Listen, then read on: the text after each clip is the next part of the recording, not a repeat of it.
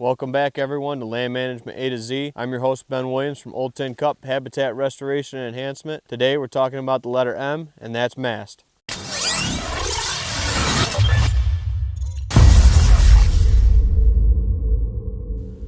So when you're looking at mast on your property, you might have some that's already out there, and a lot of people look at trees like these oaks right here. We got a white oak right here, and it's kind of twin sister.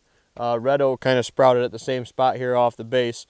But this is stuff that you might have in your woodlot and you're like, well, I know what oaks are, but let's look at the differences between your whites and reds and the benefits and drawbacks of each. So a couple key identifying features, obviously when you're looking for oaks, is acorns on the ground. That's a dead giveaway. But a couple other dead giveaways are, if you're looking at white oaks like this one, you got kind of that platy bark going up and down. It's kind of flaky and it's kind of protruding away from the trunk of the tree. That's a pretty good giveaway for that. And it's not quite as flaky as like a shagbark hickory would be. Also, the leaves are very distinct on a white oak. Looks like a normal oak leaf, but as you can see, it's rounded at the tips. White is wound. I know it's bad grammar, but white is wound. That's a good way for you to remember your white oak from your red oak. So there's two main families of oaks, the red oak family and the white oak family. This red oak right here is really easily identifiable by, they call it the islands in the stream bark, where the inside of the furrow goes up. It's got a reddish kind of center, and the outer plates of the bark show going up through. Also, when you're looking at the leaves of this one, it's got the pointed edges, which is red is ragged, is a good way to remember that one. Also, this is great, but the white oak acorns are lower in tannin levels, which make them a little bit sweeter for your wildlife and highly preferred.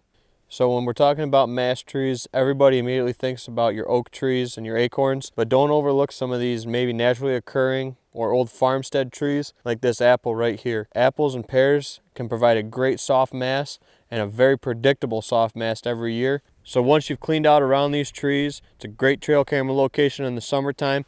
You start looking at your calendar, figuring out when trees like this are dropping, and it'll be a consistent year after year food source if properly trimmed and maintained right.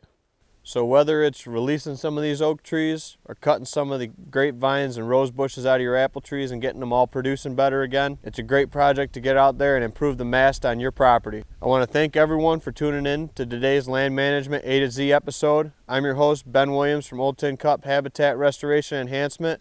We want to know in the comment section below what some of the mast trees you have on your property, or what are some of the projects you're working on. Also, any questions, drop them below as well. Give us that thumbs up if you liked the video or learned something new. Don't forget to share it around on social media to your friends and family and hunting buddies, as well as hit that subscribe button with the little bell notification so you stay up to date with all of our videos when they go live. And I'll see you all next time here in the field.